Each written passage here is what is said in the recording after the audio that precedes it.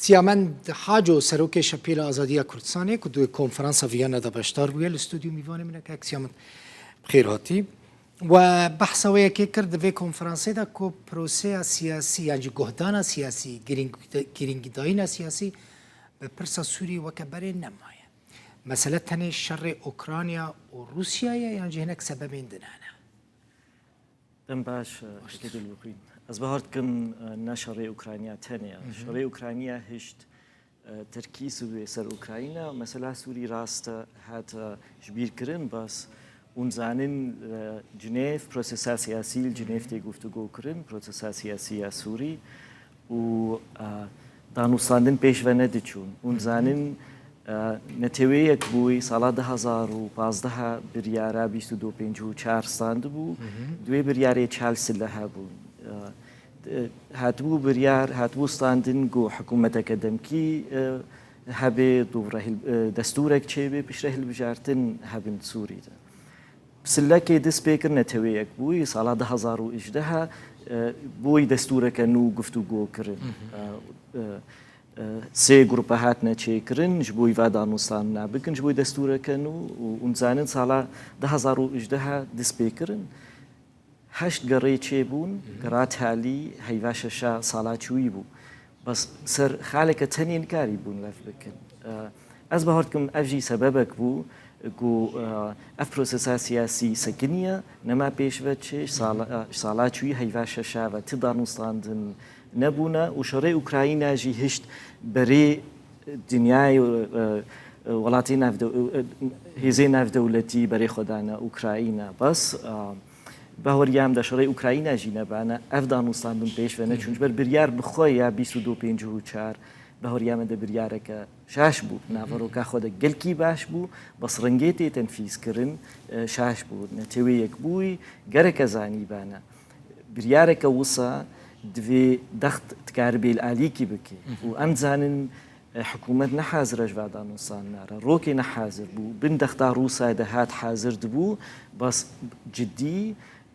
گفتگو نتکر جبر نخوازی دستوره کنو چه بی نخوازی حکومت کدن کی هبی و نخوازی هلبجارتن چه بی ما گلک جارا گوتیه اف معنای تالیا حکومتها بحثه و حزب بحث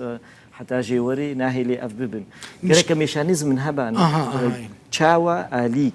ذا نصانا مشكلة بك يعني زحمتية بك وبراستي دا نصانا نكي رنجكي دخت كاريبانا كربان بس أفنينا براستي في برياري ده مشكلة أساسية ودمي وكبري دي جواكا ناف دولتي جرينجيا قدامك دا أوبوزيسيوني نهانا دي أوبوزيسيوني اینجا او پیشگیری کش با اپوزیسیون پیشکش کرد چیش بو شاندا دانوستاندنان چیش بو مثلا ائتلافی یعنی ادی او نما او پیشگیری او گرینگی داینا بره به هریام دادوین فرقی بخنا نخبینا دستای دانوستاندنا و ائتلاف اون زنن دستای دانوستاندنا 2015 هات دامزراندن حفت لاشة وهر حفت لاش دزجه وكان جمانان اجتماعي بارتي سياسي تحالفي سياسي بون جروبي دار تيدا بون يهري جرين بون يأوبوزيسيون جروبي هبون وي وقتي كاركي ويتني هبو جبوي تشتكي تني هاتبو دامزراندن جبوي بروسيسا سياسي الجنيف أو تمثيلا نونفتيا أوبوزيسيون بكن ائتلاف بشك شيء ليه بشهري مزنت بشكل مزنة هذا راسته بس ائتلاف راسته بهوريام ده أو دورة ائتلاف نمايا ائتلاف بري قالك ولات أوروبية أمريكية بشكرتي داي ده إيرو ولات عربية هبون بشكرتي داينا ائتلاف إيرو تركيا تاني بشكرتي ائتلاف كي براستي ائتلاف بوا أهلتك دستي تركادا وسياستات تركا بجي تاني نيا ملطي سوري بجي تاني ولو ما جي قالك ولاتا بريار ستاند أريكارية هو بدنا ائتلاف وكا ألمانيا وقتكي أريكارية كباش تدا ائتلاف ألمانيا بري چند سالة بريار ستاند جو أريكارية سر ائتلاف بصين وكي ديجي قالك ولاتي دي بس كوميتا دانوستاندني دستايا دانوستاندني بردوام أريكارية دستيني وكا حكومة ألماني بشقرتيا ويتكي مكتبة والجنيف هيا أفقري دكين حمو أوروبي ودسكه أوروبي يعني أمريكي بشكرتيه دنوا. باشه ويدا ميدانو ستاندنا بحكومة را تنا يعني نشو سري؟ يعني مشكلة كده حكومات اعتراف يعني اعتراف نب حكومات داخازين دا كوميتايا دانوستاندنا بيكتنا يجي دستايا دانوستاندنا نا دستايا دانوستاندنا اعتراف بالرواتية حكومات ذيك حتى غير بيدرسون بخا قلت ادي از بيهيفي ماما يعني هيفيوي ادينا ما وصايا جيب هيتزن ونتويك بويد في ميشانيزم نوتشي بكنج بوي بردوام بي جالي ديفا دسايدا مستعدنا وسروكي بدر جاموس الفيينا جي اني زمان وتشوناوي ونزانين دسايدا مستعدنا الجلك ولاتي فهيفي تشوي دكاري ويرول بروسل بو جفينا كبيكيتيا اوروبا رهابو بيشنعرك واحد بيجن بهوريا مدى اف بريارا هاتي استاندن بريفاناتشي دوي ام تشتكي دي بكن او دبيجي دبي جرك كونفرنسا كي ناف دولتي تشي ببي اول عطي دورك وات سوري ده هيا دوي او لفرونن وبريارا كي بستينن بيش روجا سوري تشاوا بي از بهورتكم ريكا راستا دوي وصابي يجبر انزانن سوري چه حکومت به چه ریکبری به و چه حتی جواکات سیویل به بریاراوان دستیواته يعني جروبيتش اقدار قريداينا بولاتها يعني دزجه سياسي بارتي سياسي هريكي باليكي وقريدا وقالكي قرينجا اف عليها لفرون اف حكومتي دستي دريجي كرنا او رونن امريكي ترك روس كردستان عراقي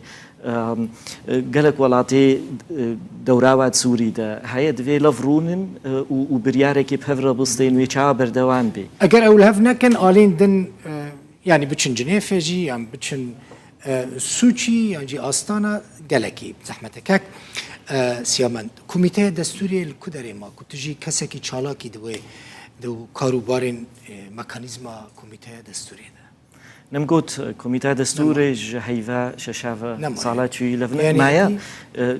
بلكي وجي بيترزن نونرين تويك بوي يعني سركار دكي شيء شامي تبريك بريرة روني جواكات سفيرة روني بس خويات كي شام حتى انها نحزرت في ام بيجن شام وحكومتها ناخذ فادا نصان كي ريك بري هرجار داي خويا كرن او حاضرن وجواكات سفيل وجواكات سفيل جي دو جروبان يك جي نيزيكي حكومتها ويدي نيزيكي ريكبريه ويا نيزيكي بريكبريه تخازن بردوام بيش بر اود بينن اف مجالك براستي وهرتنك تسوري دا شيء وام زانن صالي شوي حكومه سردك هفي تشتي معي دستي ريكبريه اف بريارا 22 بينجو چاره ودانوستاني سردستوري جبوي سوري جبرلوجي اصرار دكن بردوام بي